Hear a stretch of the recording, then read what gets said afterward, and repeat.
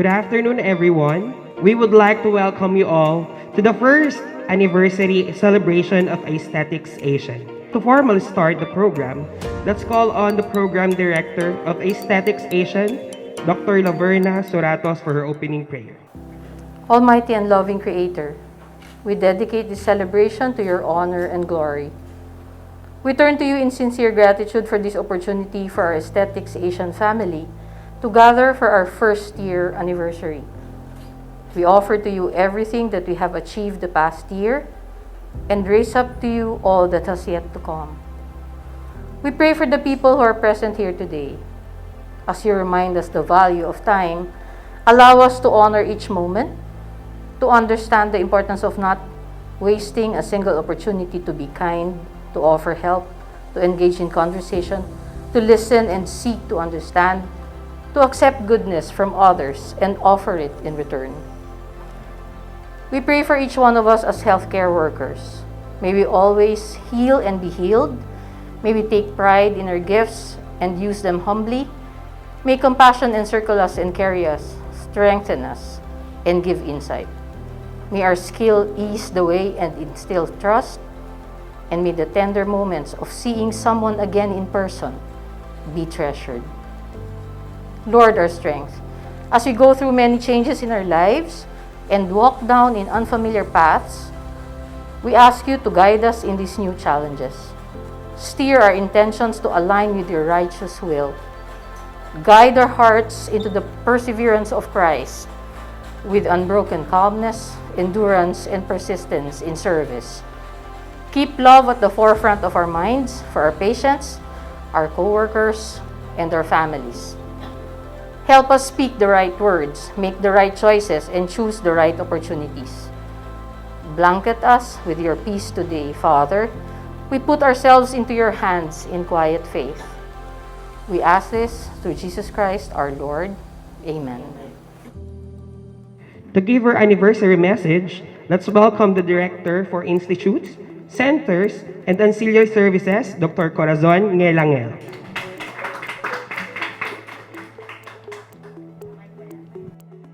So, good afternoon, everyone. Asian and today's centerfold Asian Aesthetics.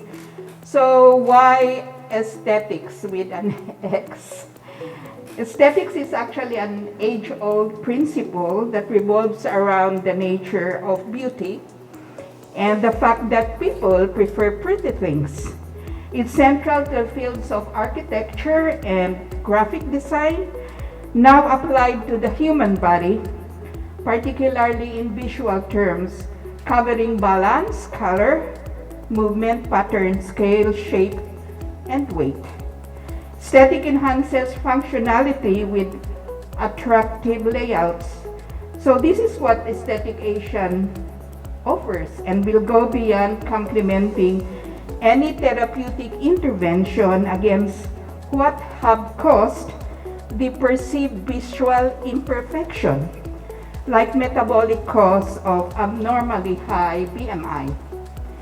So if you look at the entrance of this service, you would see something like Aesthetic Asian offering cosmetic dermatology, plastic surgery of any part of the body that that somebody sees as something like imperfection, even if other people doesn't really look at it as imperfection, but actually perfection.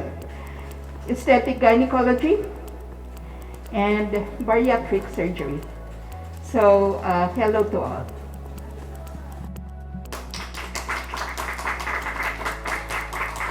Our guest speaker is practicing OB-GYN for 3 decades. She's a pioneer in robotic surgery and currently the section of head of aesthetic gynecology here at Asian Hospital and Medical Center. Let's call on Dr. Rebecca Singson.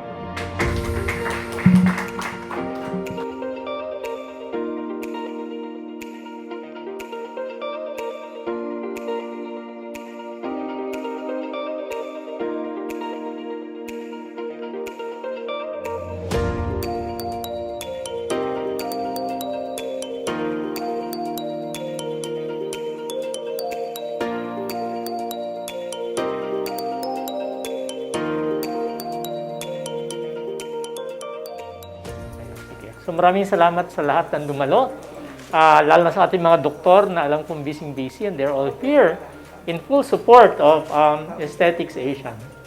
Nung aming iniisip yung pangalan na lagyan ng X, ba't nga ba natin nilagyan ng X? Hindi rin ako sigurado kung bakit.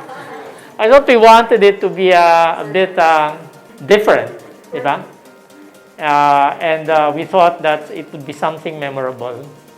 Alam ko na malaki ang potential talaga na itong ating service na ito. And that as we come out and emerge from the pandemic, we are looking forward to a more vibrant and a busier place and a more robust census, which will be where we will be able to serve more patients. Alam namin na just like the rest of the medical needs of our healthcare community, their aesthetic needs have also been, deferred, di ba? During the pandemic. Pero I think sa dami ng mga naka-zoom sa atin, mas nakikita na natin yung ating sariling muka. And we are more receptive towards touching it up. And we think that there is actually a place for looking your best when you are emerging from the trauma of the pandemic. So we hope that this anniversary will mark a turning point, an inflection point to this service, and we look forward to welcoming more patients. And as for adding to the current services that we offer, we are all ears, and we are more than willing to listen and to work with the doctors and the staff here to make this an even more successful service for Asian hospitals. Congratulations kay Dr. Loverna. Maraming salamat kay Dr. Becky. At maraming salamat kay Dr. Cora for gracing the occasion. Maraming salamat sa ating mga doktor. And we hope that we see more of you and more of your patients here. Thank you very much.